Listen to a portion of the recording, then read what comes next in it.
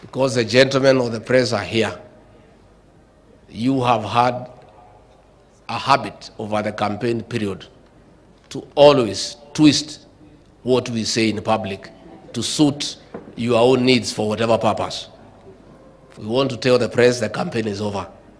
Report us objectively. I did announce to the people of Kenya that we have a serious program on afforestation.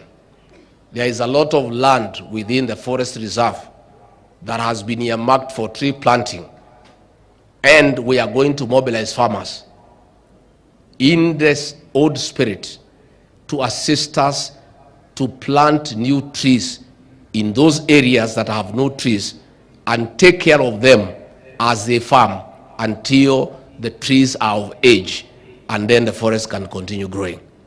So when you twist it, that we have said we are going to bring the farmers to come and farm in the forest, that is in bad taste. What we are doing is afforestation to add our forest cover. So all those areas, virgin land, there will be a very, very serious program of afforestation, and will mobilize farmers near the gazetted reserves to partner with us to start a very serious program of afforestation to be able to enhance our water catchment areas and to be able to deal with the effects of climate change. So I hope you'll be able now to put that one clearly.